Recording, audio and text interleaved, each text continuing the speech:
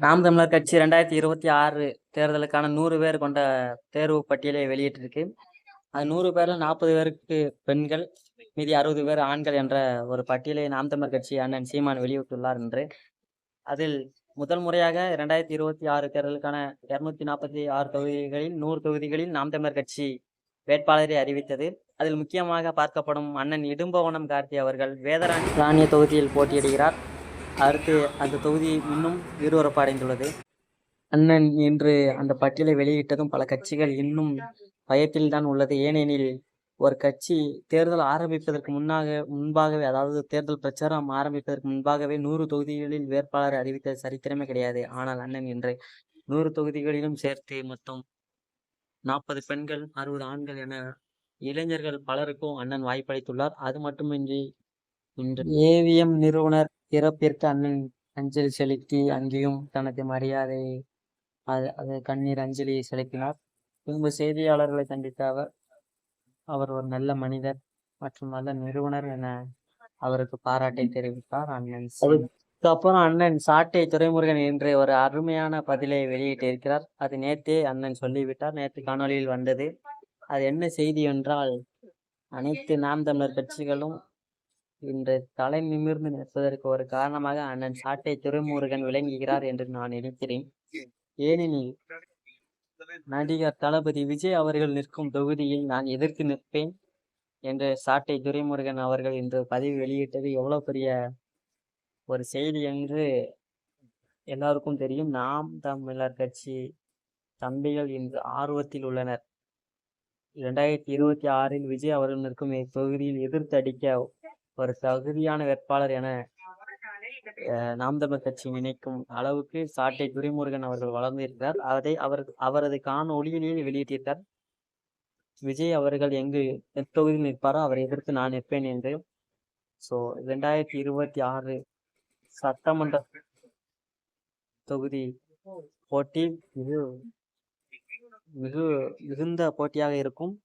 அது மட்டுமல்லாமல் அண்ணன் சாட்டை துரைமுருகன் வைக்கும் ஒவ்வொரு கேள்விக்கும் அக்கட்சியினர் நாம் தமிழக வெற்றி கழகம் எவ்வாறு பதில் சொல்ல போகிறது என்று தெரியவில்லை.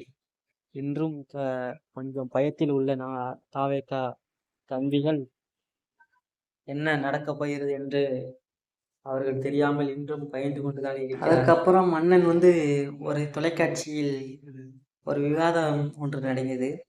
அதில் அண்ணன் கலந்து கொண்டார்.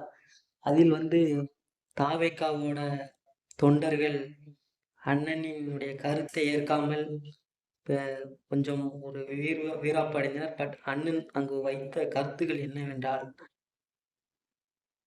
செங்கோட்டையன் தமிழக வெற்றி கழகத்தில் இணைந்த போது சட்டப்பையில் அம்மாவின் படத்தை வைத்துள்ளார். அது அவர் ஒரு மரியாதை நிமித்தமாக வைத்திருக்கலாம் என்று சொல்லலாம். ஆனால் அவர் சொல்லவில்லை.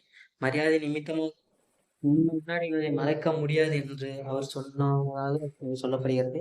மற்றும் திமுகவிலிருந்து யாரேனும் வந்தால் கலைஞர் படத்தை வைத்து வருவார்கள், அதை நீங்கள் ஏற்றுக்கொள்வீர்களா என்ற கேள்வி வைக்கப்பட்டது.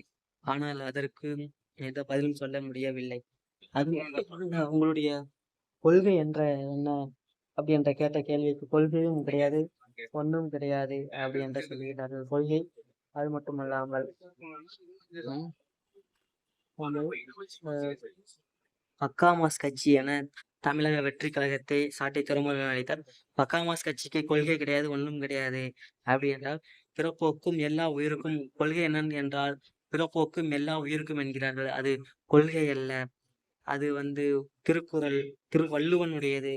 அதை எடுத்து கொள்கை என்று சொன்னால் ஒன்றும் செய்ய முடியாது. அது ஒரு போக்கு அப்படிங்கிறார். அது திராவிடமும் தமிழ் தேசியமும் ஒண்ணுங்கிறாங்க. திராவிடம் வேறு, தமிழ் தேசியம் வேறு. அவ்வாறு அண்ணன் சாட்டை துரைமுருகன் பதில் வைத்தார். திராவிடமும் தமிழ் தேசியமும் என்பது கருவாடும் சாம்பாரும் கருவாட்டு சாம்பார் என அண்ணன் சீமான் சொல்லுவதை சாட்டை துரைமுருகன் முன்வைக்க தாவேகாவின் தொண்டர்கள் கொஞ்சம் பதிகலங்கி போனார்கள். அதுக்கப்புறம் சரி, இதுக்கு முன்னாடி வந்த நடிகர் கமலஹாசன் அவர்கள் எந்த கொள்கையை அறிவித்தார் என்றால் நடுநிலை கொள்கை.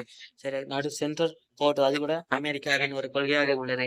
ஆனால் இங்க சமூக நீதி, சமத்துவ நீதி என்று பேசிவிட்டு கவின் ஆணவ படுகொலைக்கு ஒன்றுமே சொல்லவில்லை. இவ்வாறு ராணுவ படுகொலைக்கு ஒரு ஒரு சமூக நீதி ஒன்றும் விடவில்லை. ஒரு பச்சந்திரி வன்கொடுமை, பஞ்சாதிரி வன்கொடுமைக்கு ஒன்றும் சொல்லவில்லை. செங்கோட்டையன் அம்மாவின் நினைவு நினைவு பிறந்த நாளில் அம்மாவின் சமாதிக்கு போய் அங்க போய் வழிபடுகிறார். ஆனால் அது மாதிரி திமுகவில் யாராவது சொன்னா கருணாநிதியிட்ட போய் பஜனை பாடுவார்கள் என்று நெடுங்கோட்டம் கார்த்தி கேட்க தாவேக நிர்வாகி தொண்டர்கள் கூச்சலில் ஈடுபட்டனர். அவர்களை போலீஸ் வந்து பிடித்துவிட்டு கொஞ்சம் அமைதிப்படுத்தினர். அதுக்கப்புறம் சாட்டை துரைமுருகன் பேசியது, தற்கூரிகள் எல்லாம் கொஞ்சம் அமைதியாக இருக்கவும் என சொல்கிறார். அணில் மரத்தில் ஏறாதே அப்படி என்றார். கலவரம் தாவேக